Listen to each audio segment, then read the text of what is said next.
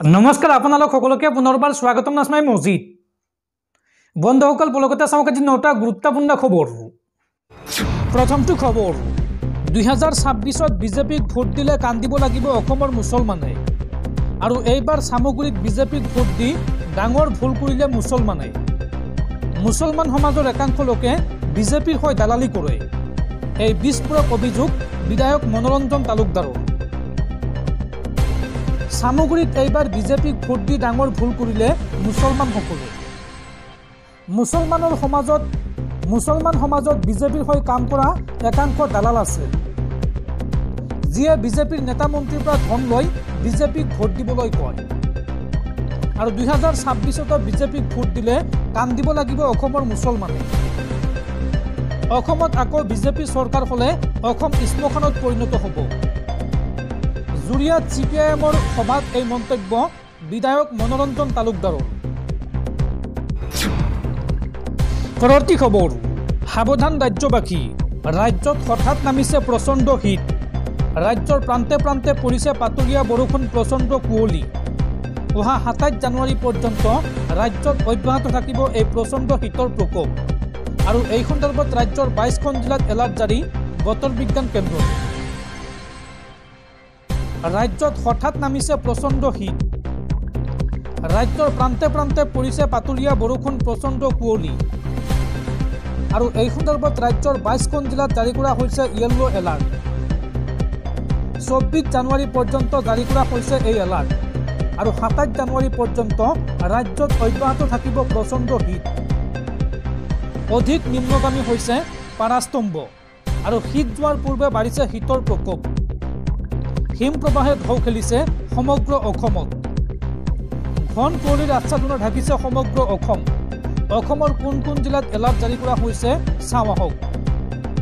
কোকৰাঝাৰ, ধুবুৰী, দক্ষিণ চালমাৰা, বঙাইগাঁও, গোৱালপাৰা, বজালী, নলবাৰী, কামৰূপ গ্ৰাম্য, গুৱাহাটী, নগাঁও, মৰিগাঁও, হোজাই, পূব পশ্চিম কাৰ্বি আংলং, শ্ৰীভূমি, হাইলাকান্দি, যোৰহাট, মাজুলী, শিৱসাগৰ, ধেমাজি, লখিমপুৰ, ডিব্ৰুগড়, তিনিচুকীয়াত আগন্তুক দুদিনত পৰিব প্ৰচণ্ড কুঁৱলী আৰু 27 জানুৱাৰী পৰ্যন্ত ৰাজ্যত অব্যাহত থাকিব এই প্ৰচণ্ড শীতৰ প্ৰকোপ।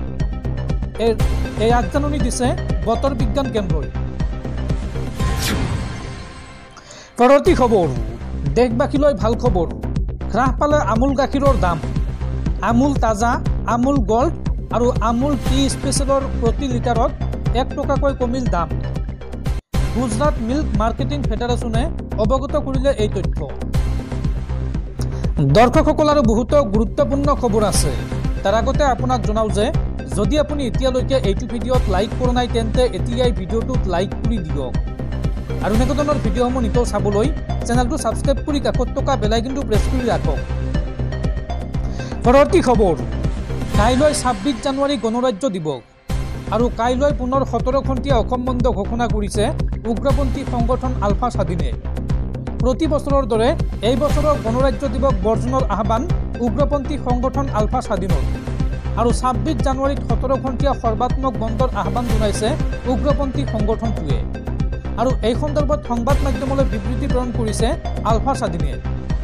NSCN, GPRN আৰু আলফা স্বাধীনে এক যৌথ বিবৃতি প্ৰেৰণ কৰিছে।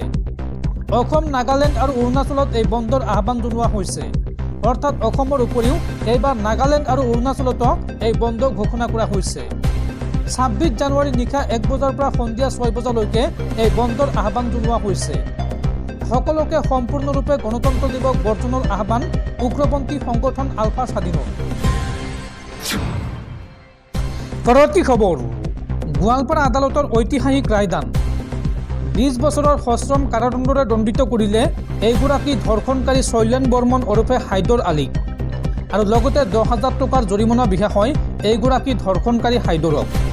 উল্লেখযোগ্য যে 2021 চনত এগৰাকী নাবালিকাক অপহৰণ কৰি ধৰ্ষণ কৰিছিল হাইদৰে। পৰৱৰ্তী খবৰ অবৈধ অনুপ্ৰৱেশকাৰীৰ বিৰুদ্ধে একশ্যন মোডত আমেৰিকাৰ প্ৰশাসন।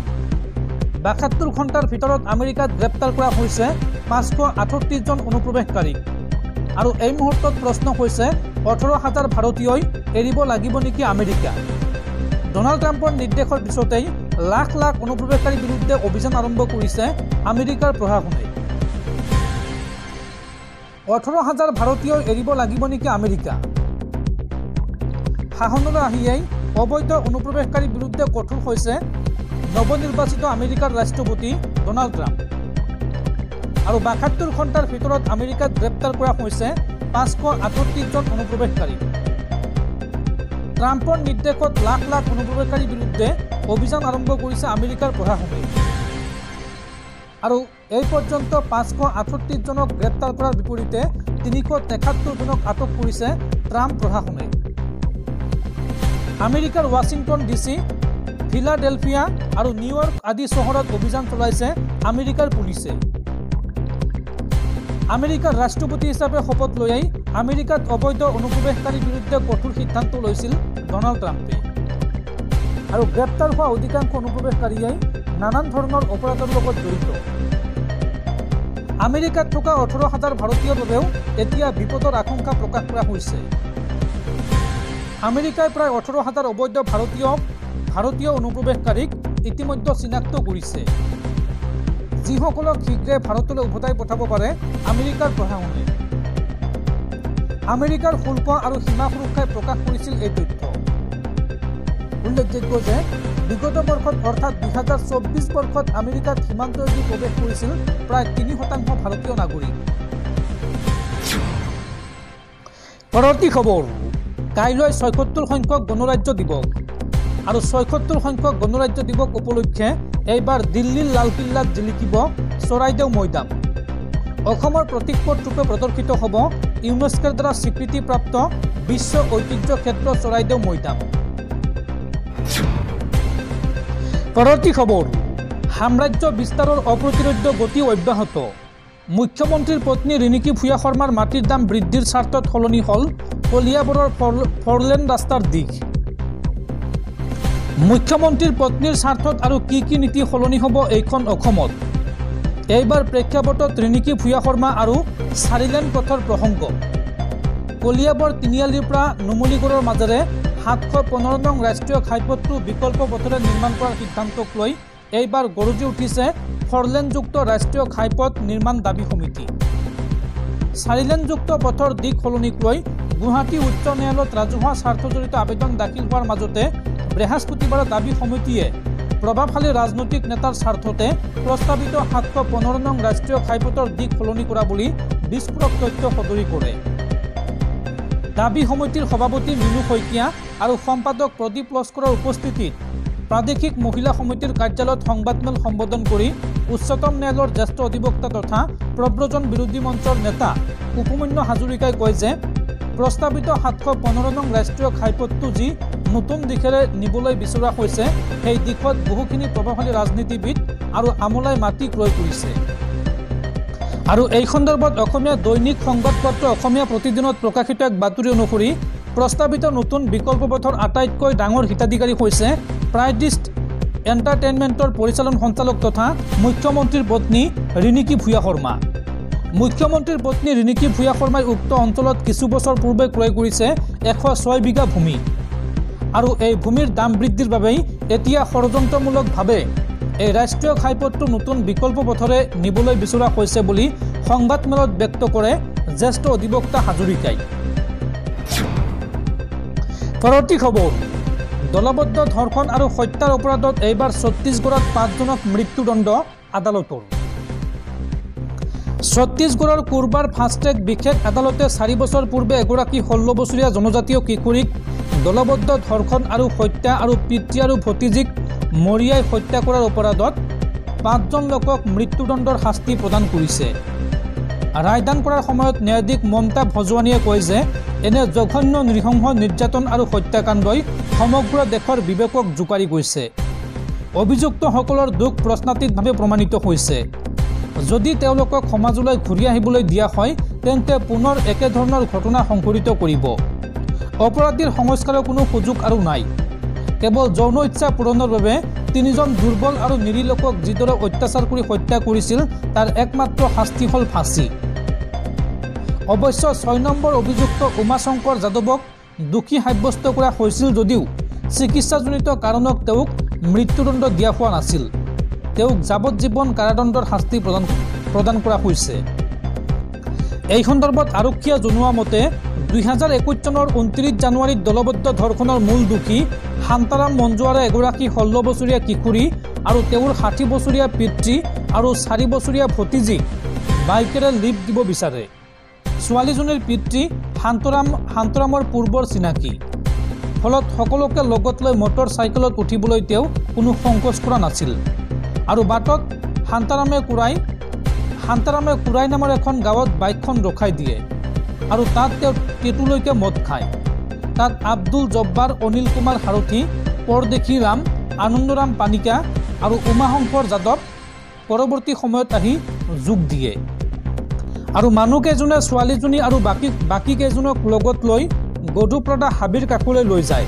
পিতৃৰ সন্মুখত ঘণ্টাৰ পিছত ঘণ্টা ধৰি দলবদ্ধ ধৰ্ষণ চলিছিল ছোৱালীজনীক। আৰু এই অপৰাধৰ কোনো প্ৰমাণ যাতে নাথাকে তাৰ বাবে ছোৱালীজনীৰ পিতৃ আৰু ভতিজীক প্ৰথমে লাঠিৰে প্ৰহাৰ কৰা হয় আৰু তাৰ পিছত শিলগুটিৰে থেতেলি হত্যা কৰা হয়। সেই সময়ত কিশোৰীগৰাকী অচেতন হৈ আছিল। শান্তাৰামহঁতে তেওঁকো শিলগুটিৰে আঘাত কৰি হত্যা কৰিছিল আৰু ইয়াৰ পিছত জংঘলত পেলাই থৈ আটাইকেইজন তাৰ পৰা পলাই যায়। যেতিয়া পত্নী, ভগ্নী আৰু কন্যা ঘৰলৈ উভতি নাহিল তেতিয়া চাৰিওফালে বিচাৰ খোচাৰ আৰম্ভ হ'ল। কিন্তু 3 দিন পিছতো যেতিয়া তেওঁলোকক বিচাৰি পোৱা নগ'ল তেতিয়া তেওঁ আৰক্ষী থানাত এফআইআৰ দাখিল কৰে আৰু শেষবাৰৰ বাবে শান্তৰামৰ ঘৰলৈ গৈছিল বুলি জনায়। শেষবাৰ দেখা গৈছিল তেওঁৰ বাইকত। আৰু সেই বছৰ 2 ফেব্ৰুৱাৰীত আৰক্ষীয়ে আটাইকেইজন অভিযুক্তক গ্ৰেপ্তাৰ কৰে। দেখা যায় যে ছোৱালীজনীৰ পিতৃ আৰু ভতিজীৰ মৃত্যু হ'লেও কিশোৰীগৰাকীৰ দেহত তেতিয়াও প্ৰাণ আছে আৰু লগে লগে আৰক্ষীয়ে তেওঁক চিকিৎসালয়লৈ লৈ যায়। কিন্তু তাত উপস্থিত হোৱাৰ আগতেই আধা বাটতেই কিশোৰীগৰাকীৰ মৃত্যু হয়। আৰু এই গোচৰটো আৰম্ভ হোৱাৰ পিছতে চৰকাৰী অধিবক্তা সুনীল মিশ্ৰই এই ভয়াৱহ ঘটনাক বিৰল অপৰাধ বুলি অভিহিত কৰি ইয়াৰ লগত জড়িত সকলোকে মৃত্যুদণ্ডৰ দাবী জনায়। আৰু ন্যায়াধীশে প্ৰমাণ আৰু পৰিঘটনাৰ ক্ৰম পৰ্যালোচনা কৰি এয়া মঞ্জুৰ কৰে। কেৱল উমাশংকৰক যাৱজ্জীৱন কাৰাদণ্ড দিয়া হৈছে, কাৰণ তেওঁৰ চিকিৎসা প্ৰতিবেদনত লিখা আছিল যে তেওঁৰ ব্যক্তিগত অংগৰ অস্ত্ৰোপচাৰৰ বাবে তেওঁ ধৰ্ষণ কৰিবলৈ অক্ষম, যাৰ বাবে তেওঁক যাৱজ্জীৱন কাৰাদণ্ড দিয়া হৈছে। পৰৱৰ্তী খবৰ, গুৱাহাটী মেডিকেল কলেজ হাস্পতালত সংঘটিত হৈছে এইবাৰ ৰাজ্য কঁপাই যোৱা ভয়ংকৰ ঘটনা।